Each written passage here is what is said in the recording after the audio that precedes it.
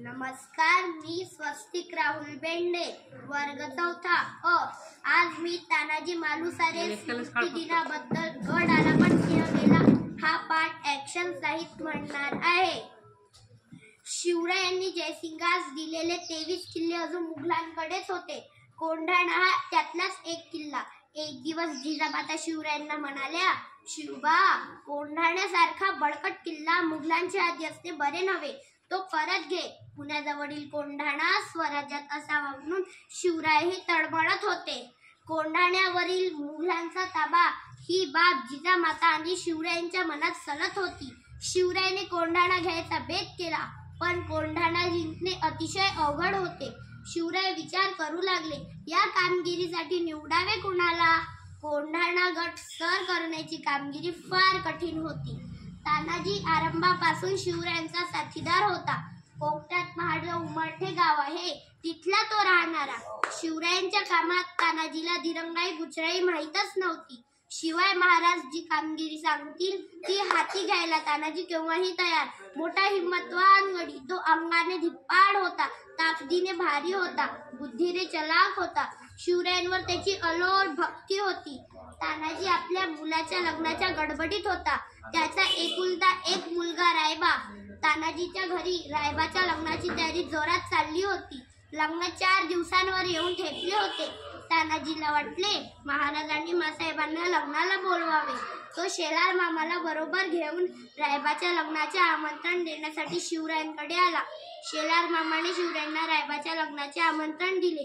तेव्हा शिवराय म्हणाले, शेलार मामा, तुम्ही रायबाचे लग्न उरकून घ्या. आम्ही स्वतः काही येऊ शकणार नाही, कारण आम्ही जातीने कोंढाण्याच्या स्वारीवर जाणार आहोत. शिवरायांचे हे शब्द ऐकताच तानाजी म्हणाला, महाराज, तानाजी जिवंत असताना असल्या जीवावरच्या कामगिरीवर आपण जाणार? मग आम्ही कशाला? ते काही नाही. आधी लग्न कोंढाण्याचे, मग रायबाचे. कोंढाण्याच्या कामगिरीवर मीच जाणार, मला आशीर्वाद द्या. तानाजी कोंढाण्याच्या स्वारीवर निघाला. कोंढाण्यावर जयसिंगाने नेमलेला उदयभान हा राजपूत किल्लेदार होता. त्याची शिस्त कडक होती. गडाला 2 दरवाजे होते. दोन्ही ठिकाणी उदयभानाने पक्का बंदोबस्त ठेवला होता. तेव्हा गडावर जायचे कसे? तानाजीने गडाभोवती टेहळणी केली. पश्चिमेला उंच कडा होता, त्या बाजूला पहारा नव्हता. तानाजीने कडा चढून जायचा बेत केला. तो आपल्या धाकट्या भावाला म्हणाला, सूर्याजी, तू 500 गडी घेऊन कल्याण दरवाजा गाठ.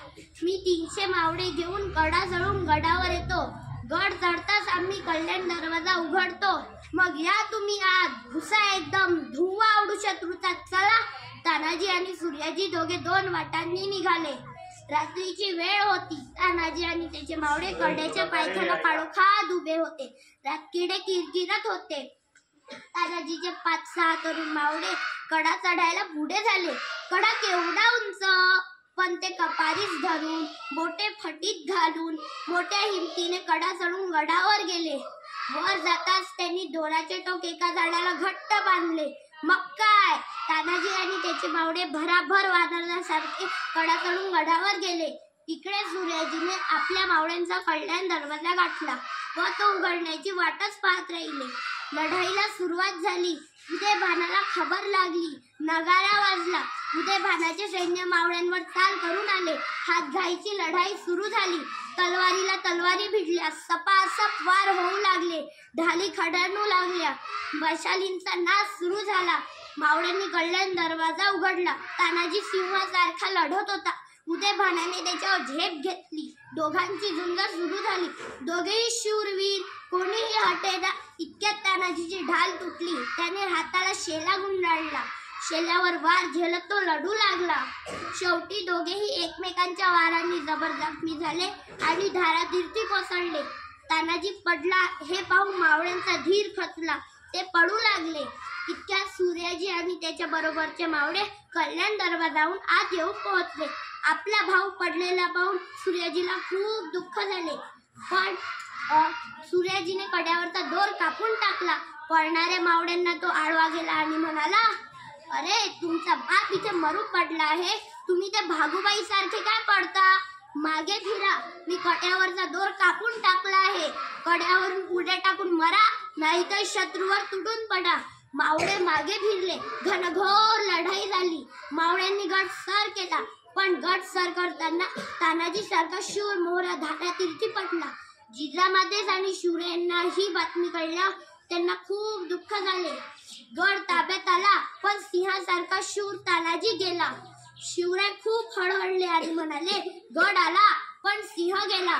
कोंढाण्याचे सिंहगड हे नाव सार्थ झाले. ही घटना सन 1670 मध्ये घडली.